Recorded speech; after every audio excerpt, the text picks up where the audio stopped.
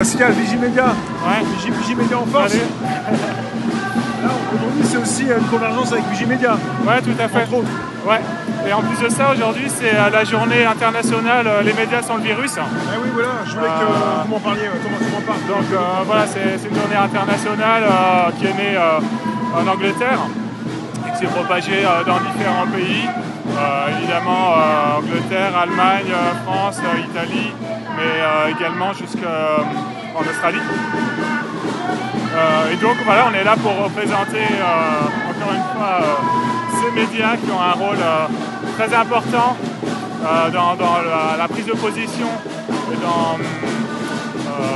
dans l'idéologie en fait finalement qui est communiquée au public et qui jour après jour modifie en fait la façon de penser des Français. Je sais pas quoi dire, peut-être. La journée internationale, c'est tous les combien? C'est tous les mois? Alors en fait, c'est pas tout à fait régulier dans le sens où il y en a qui sont organisés de façon un peu sporadique en Angleterre et ensuite on essaie de se mettre d'accord. Mais il n'y a pas encore de régularité en fait sur tous les mois. Grosso modo, il y en a à peu près tous les mois, mais voilà, il n'y a pas de date bien précise. Néanmoins, à chaque fois que ça s'est fait, ça s'est fait des samedis, sur lesquels voilà, on a la possibilité pour chacun de manifester. Voilà. Ce qu'il faut savoir aussi, c'est qu'à la base, en fait, en Angleterre, c'est né en fait sous l'action de sticker bombing. C'est-à-dire qu'il y avait un certain nombre de personnes qui sont arrivées devant la BBC et qui sont allées coller un grand nombre d'autocollants alors qui dénonçaient notamment l'action des injections sur la santé et sur le fait que ces médias finalement avaient fait une promotion et avaient menti là-dessus. Et jusqu'à maintenant, ça se passait plutôt bien. Ils n'avaient pas trop de problème avec les policiers. Oui, les policiers. Et également, voilà, les médias. Ils laissaient faire un peu, non? Ouais, c'est ça. Et apparemment, dernièrement, ça commence, ils commencent un peu à se défendre. Ça commence à être plus difficile. Donc voilà, il y a différentes actions qui sont faites. Et d'ailleurs, voilà, j'en profite pour saluer nos amis du monde entier en fait qui participent à cette journée parce que les médias, le quatrième pouvoir, c'est vraiment un sujet hyper important. Là, les gilets jaunes, il y a plusieurs choses en fait. Il y a évidemment les manifestations qu'on voit que les médias ont filmées et d'ailleurs ils s'amusaient à filmer seulement les poubelles en feu, les violences policières. Mais c'est pas que ça, c'est d'abord voilà, une volonté du peuple de montrer son mécontentement et en fait rapidement ça s'est transformé en une volonté d'aller vers plus de démocratie. C'est-à-dire une possibilité pour le peuple de véritablement agir sur la société et non plus de rester simplement comme des petits enfants qui répondent au bon vouloir des adultes qui les dirigent. Et donc très rapidement, voilà, il y a cette notion du RIC, du référendum d'initiative citoyenne, qui existait déjà, qui a été propagé de façon exponentielle. Et surtout, en parallèle de ces manifestations, il y avait des gens qui travaillaient, des gens déjà qui se rencontraient sur les ronds-points, c'était partout en France. C'était vraiment un mouvement qui n'était pas du tout centralisé.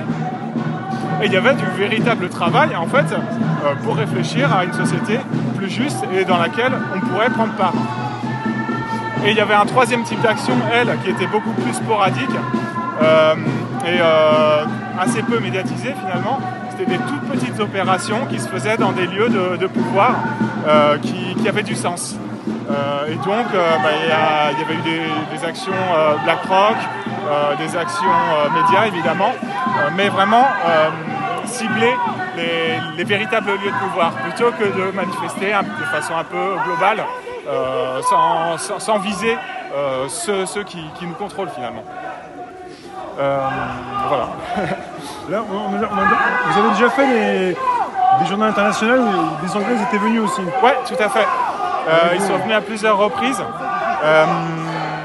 C'est parce que le manif passait devant les médias, quoi. Ouais, tout à fait. Du coup, c'est très sympa parce que ça on ne s'est pas limité simplement à voir des vidéos internationales et d'avoir quelques discussions sur Internet. Pouvoir se voir, discuter en visuel, c'est très important. Et ça montre aussi à quel point justement ces liens internationaux sont importants dès lors qu'on veut commencer à construire en fait un nouveau pays. Là dernièrement, moi je suis parti en voyage. Je suis parti assez loin au Népal et j'ai eu l'occasion de rencontrer différentes personnes et de discuter. Et en fait, je me suis rendu compte à cette occasion que c'est hyper important en fait l'image qu'on a dans un pays, mais aussi l'image qu'on a à l'extérieur. Et en termes de communication, je me suis rendu compte que les étrangers n'avaient pas du tout compris ce qu'étaient les gilets jaunes en fait au fond. Vous avez compris quoi? Alors, ils avaient compris, grosso modo. Alors, ce qu'il faut savoir, c'est que vu de l'étranger, les Français sont vus comme un peuple très socialiste, dans le sens où on a beaucoup de droits et beaucoup d'aide aussi, d'aide, de services publics, voilà.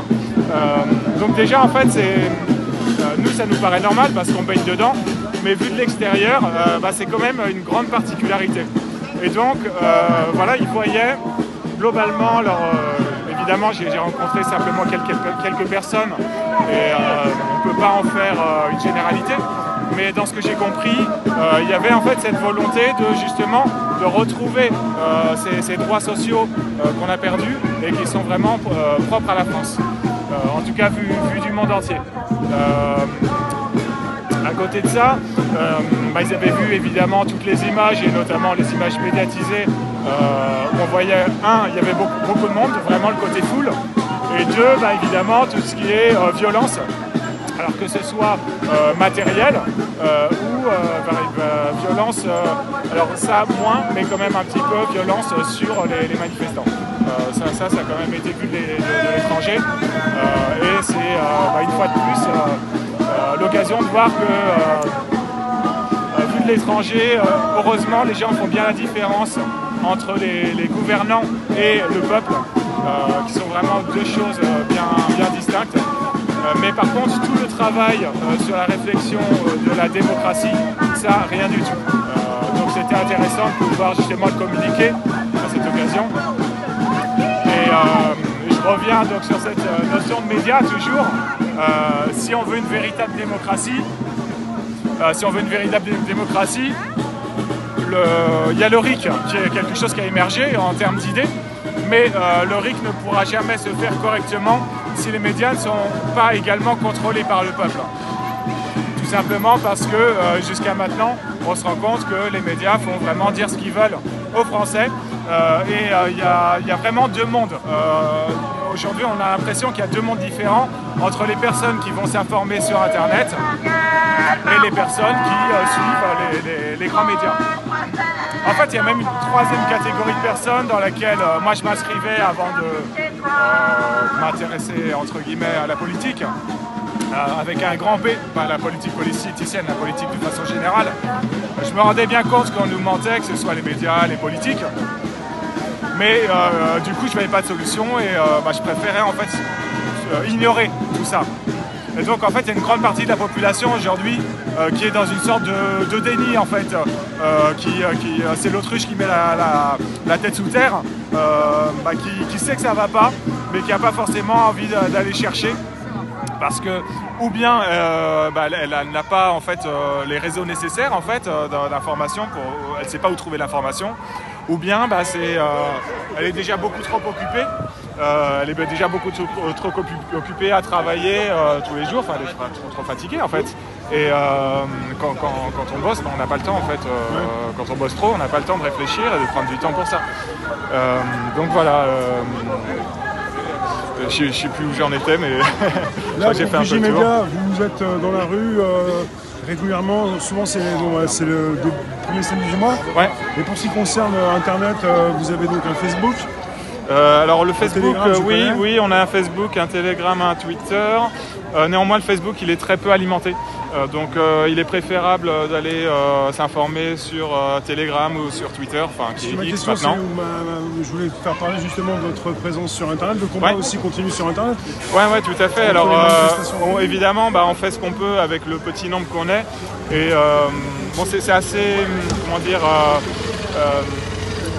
le nom Vigimedia en fait peut induire en erreur parce que beaucoup de gens pensent que nous sommes un média. Non, en fait, nous ne sommes pas un média. On essaye évidemment de relayer tout ce qu'on peut, mais bon, jusqu'à maintenant, on ne produit pas d'articles, tout simplement parce qu'on n'a pas du tout le temps, en fait. Et du coup, avec le petit nombre qu'on est, on fait ce qu'on peut. Néanmoins, il y a beaucoup d'informations qui circulent sur les réseaux. Il y a moyen de faire un peu, filtrer un petit peu tout ce qui est intéressant. Donc voilà.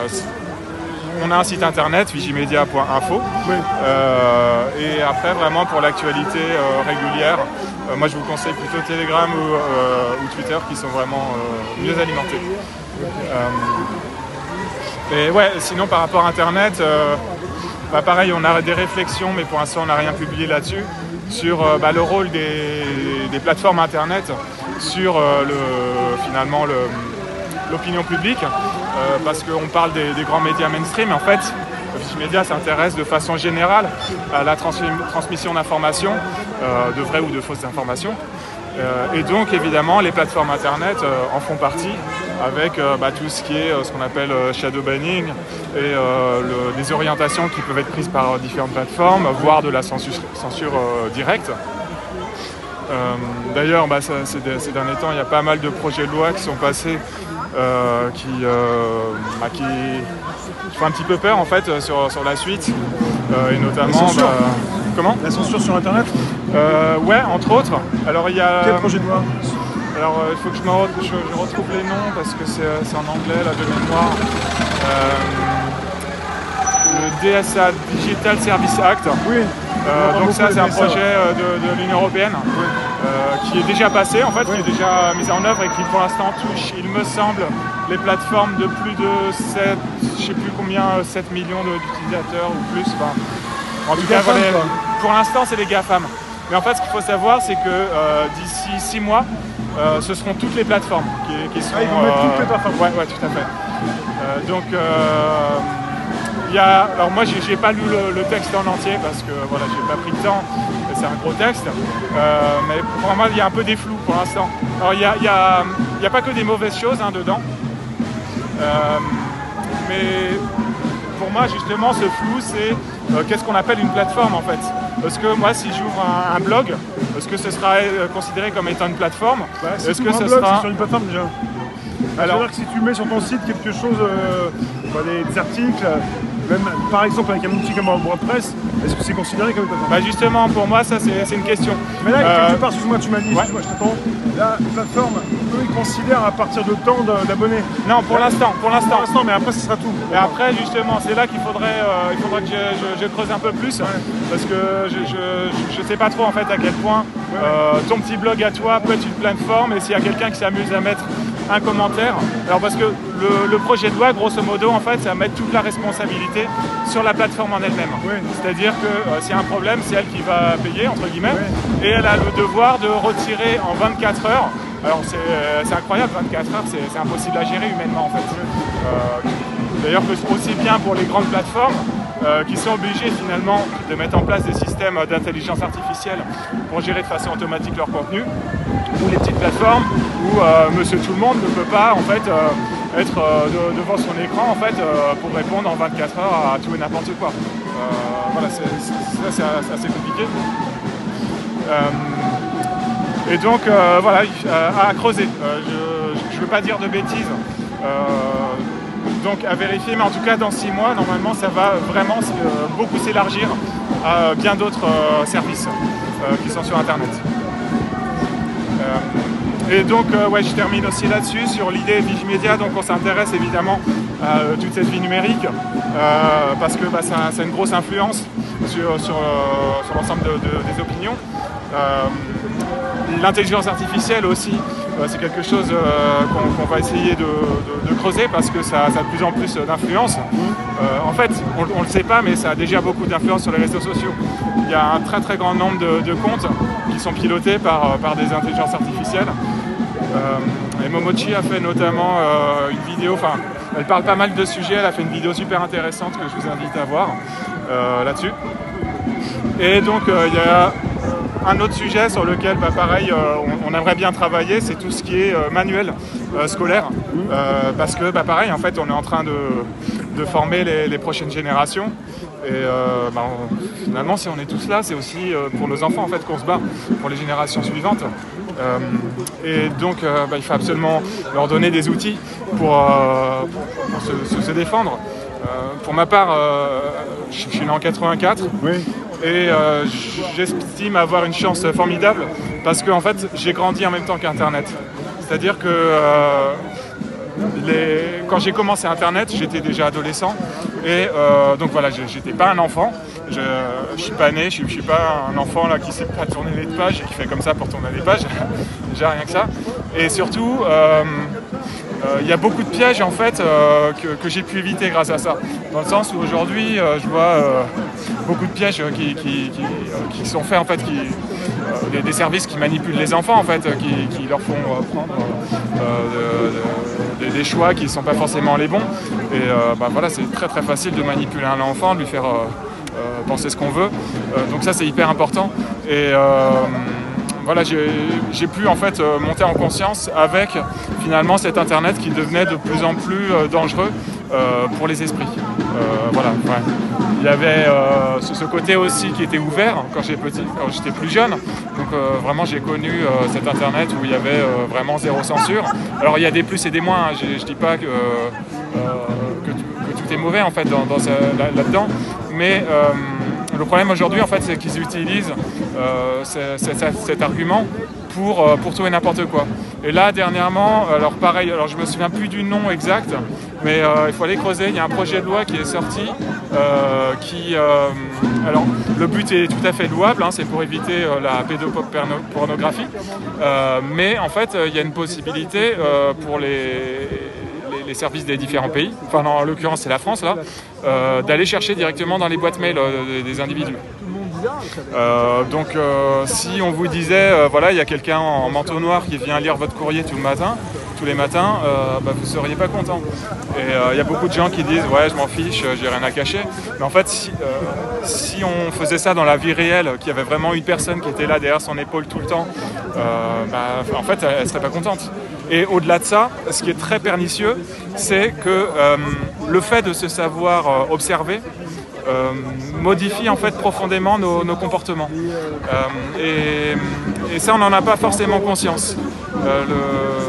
Donc c'est une manipulation déjà. Tout à fait. Il me semble qu'il y a des travaux justement sur la psychologie humaine en fait, qui sont menés et qui permettent en fait de modifier finalement notre opinion sans qu'on en ait conscience. Donc évidemment il y a les choses un peu grosses qu'on voit tous, hein, les gros mensonges qu'on voit dans les médias, les choses qu'on répète jour après jour et qui en deviennent une vérité. Mais il y a des choses beaucoup plus subtiles qui utilisent justement les neurosciences où on voit carrément mettre des gens dans les, comment on appelle ça là, les scanners du cerveau là, pour voir en gros telle ou telle zone. Il y a tout le neuromarketing, ça fonctionne là-dessus par exemple.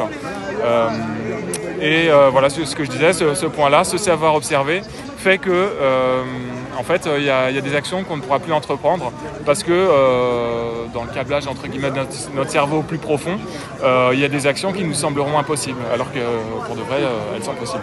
Ça modifie notre comportement et ça nous fait rentrer dans une croyance encore. Les gens pensent qu'ils ne peuvent pas s'en sortir. Ouais. Mais néanmoins, moi justement, j'étais dans cet état d'esprit en fait jusqu'à à peu près 25 ans. Oui. Et c'est le moment où je suis allé sur Internet et c'était justement un Internet qui était quand même relativement ouvert encore. Non censuré. Ouais. Que j'ai pu me dire ah ouais mais en fait c'est hyper important de s'intéresser à l'information et puis aussi de sortir de ce fatalisme et comment on appelle ça, ce cynisme en fait de se dire de toute façon on peut rien changer, je pense qu'à moi. Non, en fait si on veut changer, on changera.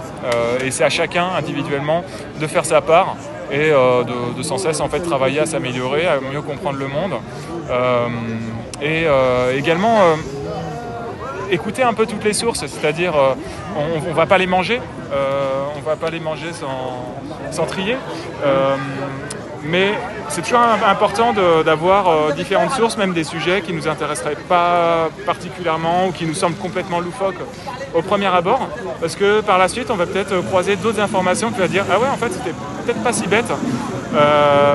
Voilà, donc vraiment, toujours cette idée de croiser différentes sources qui viennent d'horizons différents. Oui. Voilà. Ce matin qui débute un peu, il faut mettre une bougie pour que chacun acte qu'il est pour la paix et l'amour. Donc derrière 5 mètres. Ok, super. Ouais, les Gilets jaunes, on se bat aussi pour la paix. Hein, en fait, tous les peuples veulent la paix.